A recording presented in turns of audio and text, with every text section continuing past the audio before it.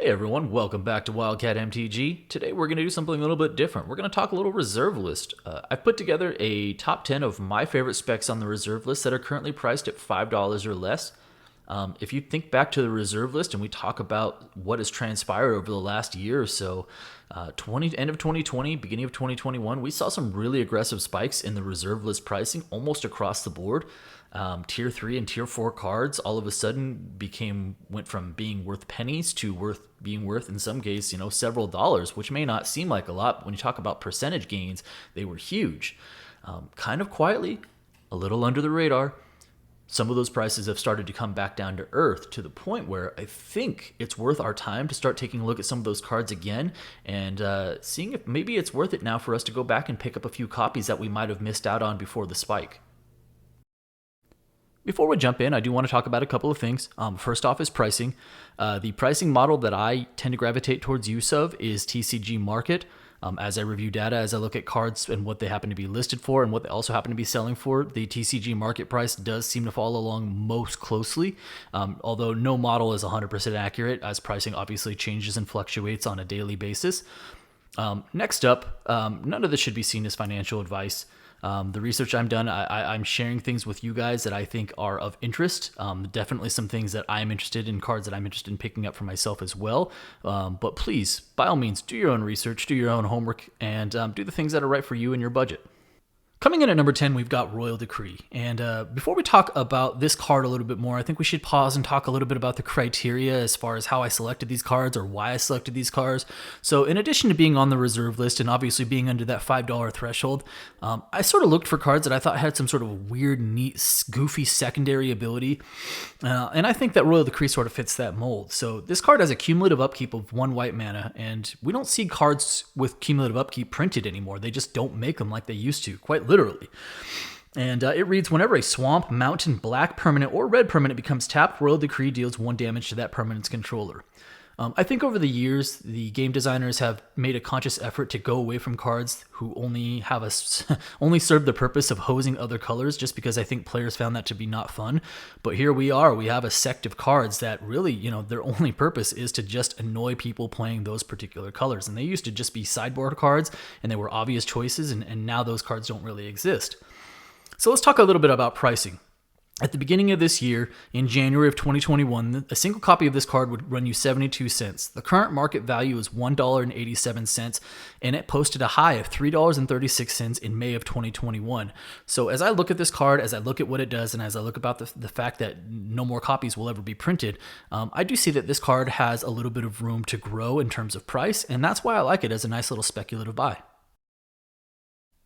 At number 9, we've got Nature's Wrath. Nature's Wrath is a 6-drop green enchantment from the Alliances set, and again, this is another one of those cards where its only purpose in life is to make some other color combination completely miserable. This time it's blue and black, so if you are playing a Naya Commander deck, this might be an attractive card for you to put in there, as it hates on the colors that are outside of your Commander colors. It also might put a giant target on your back, but either way, it should be a lot of fun. Let's talk a little bit about pricing. So at the beginning of this year, a copy of this card would run you $1.94, and it peaked at a value of $8.34 in April of 2021. Current market price for this card is approximately $3.45, which to me means that, as a value that has retraced by over 50% from its high, now might be the right time to buy. Coming in at number 8, we've got Apocalypse Chime. Apocalypse Chime is a 2 casting cost artifact from the Homeland set. And let's talk about the pricing first. So this card started to see a little bit of attention actually at the end of last year, entering this year. So at the beginning of this year, it had a cost of $3 per copy, and it peaked at $5.43 a copy. The current value is closer to $2.20 a copy. And what I like about this card and why I selected it has a very unique ability. So it has an activation of 2 colorless mana, tap, and sacrifice Apocalypse Chime to bury all cards from the Homeland's expansion. Let's be clear, there's not a whole lot of cards from Homeland seeing play. There wasn't a whole lot of cards from Homeland seeing play when that set was in print. But as a card that, again, has a very unique ability and is also on the reserve list, I could see this being a card that collectors want to own a couple copies of long term. Coming in at number 7, we've got Suleimans Legacy. Suleimans Legacy is a 2-drop enchantment from the Vision set, and I think this card makes for one of the more excellent case studies for some of the pricing and the reserve list pricing of the cards on this list.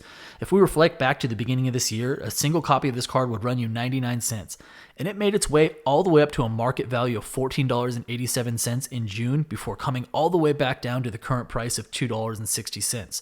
Like many of the other cards on this list, it does have a unique ability, and it says when Suleimans Legacy comes into play, bury all Djinns and Ifrits. Whenever a Djinn or Ifrit comes into play, bury it.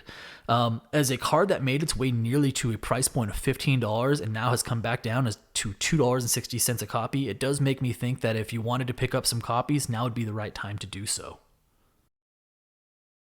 And at number 6, we've got Heart of Yavamaya. So Heart of Yavamaya is part of that rare land cycle from the Alliances set, and I think for a long time people didn't really pay attention to that land cycle much, but along with the rest of the reserve list at the beginning of this year, that land cycle really did start to catch fire, and Heart of Yavamaya was no stranger to that. It started off the year at $1.88 per copy, and it made its way all the way up to a market value of $16.10 in March before making its way back down to the current market value of $4.78.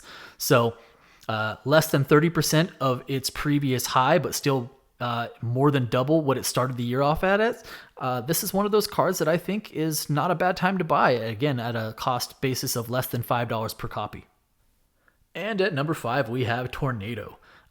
Tornado might be my favorite card on this list, not because it's particularly valuable, not because it's particularly good, but just because it's kind of wacky, and I really dig that.